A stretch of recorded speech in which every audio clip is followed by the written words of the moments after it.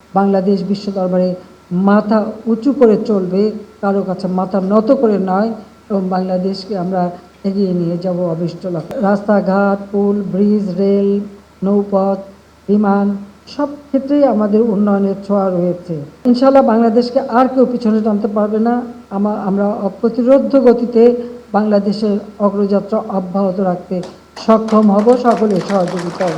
আমরা শান্তিতে বিশ্বাস করি এবং বাংলাদেশ আজকে জাতিসংঘ শান্তিরক্ষা মিশনে সবথেকে বেশি অবদান রেখে যাচ্ছে।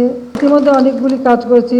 কর্ণফুলী টানেল নদীর নিচ দিয়ে, এখন নদীর নিচ দিয়ে গাড়ি চলে, আমাদের মেট্রো রেল থেকে শুরু করে আমরা এক্সপ্রেসওয়ে, এবং এটা শুধু রাজধানীতে সীমাবদ্ধ থাকবে না, সমগ্র বাংলাদেশটাই যাতে উন্নত হয় সেইভাবে আমরা রাস্তাঘাট, পুল, ব্রিজ, রেল, নৌপথ, বিমান সব ক্ষেত্রেই আমাদের উন্নয়নের ছোঁয়া রয়েছে। কাজেই আমরা এই কাজটা করে যাচ্ছি। আমাদের লক্ষ্য যে আমরা রক্ত দিয়ে স্বাধীনতা এনেছি। জাতির পিতার যে স্বপ্ন ছিল ক্ষুধা, দারিদ্র্যমুক্ত, উন্নত, সমৃদ্ধ বাংলাদেশ, সেই বাংলাদেশ আমরা গড়ে তুলব, সেটাই আমাদের একমাত্র লক্ষ্য। আর সেই লক্ষ্য নিয়ে আমরা কাজ করে যাচ্ছি এবং ইনশাআল্লাহ বাংলাদেশকে আর কেউ পিছনে টানতে পারবে না। আমরা অপ্রতিরোধ্য গতিতে বাংলাদেশের অগ্রযাত্রা অব্যাহত রাখতে সক্ষম হব সকলের সহযোগিতায়।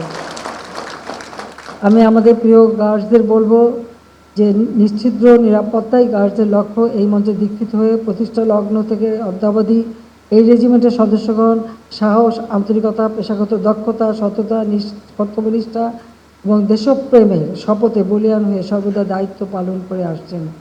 আপনাদের এই কর্তব্য পালনের ক্ষেত্রে নতুন নতুন প্রযুক্তির ব্যবহার, নিয়মিত প্রশিক্ষণ ও পেশাগত অনুষ্ঠানের মাধ্যমে এই গার্ড রেজিমেন্ট আগামীতে আরও দক্ষতা অর্জন করবেন, সেটাই আমাদের কামনা। আমরা শান্তিতে বিশ্বাস করি এবং বাংলাদেশ আজকে জাতিসংঘ শান্তিরক্ষা মিশনে সবথেকে বেশি অবদান রেখে যাচ্ছে। এবং সবথেকে বড় কথা, যে সব দেশে বাংলাদেশের শান্তিরক্ষা মিশনে যারা কর্তব্য পালন করেন, সেখানকার সাধারণ মানুষের মাঝেও আমি বলি যে বাংলাদেশ সম্পর্কে একটা উন্নত ধারণা হয়।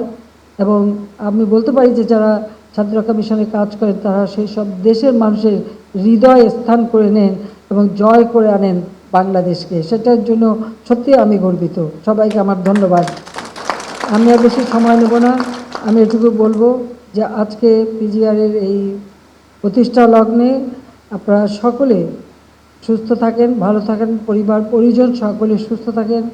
যারা আজকে আমাদের মাঝে নাই, যাদেরকে আমরা হারিয়েছি, তাদের আত্মার মাগফিরাত কামনা করি।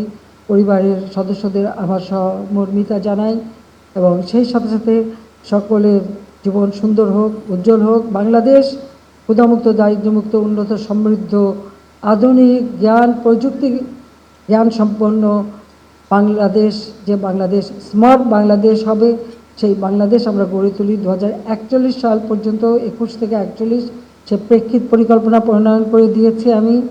আমাদের বদ্বীপ জলবায়ুর অভিঘাত থেকে এই অঞ্চলটা যাতে রক্ষা পায়, তার জন্য আমরা ডেল্টা প্ল্যান 2100 প্রণয়ন করে নেদারল্যান্ডের সাথে চুক্তি করে আমরা তাও বাস্তবায়ন শুরু করেছি।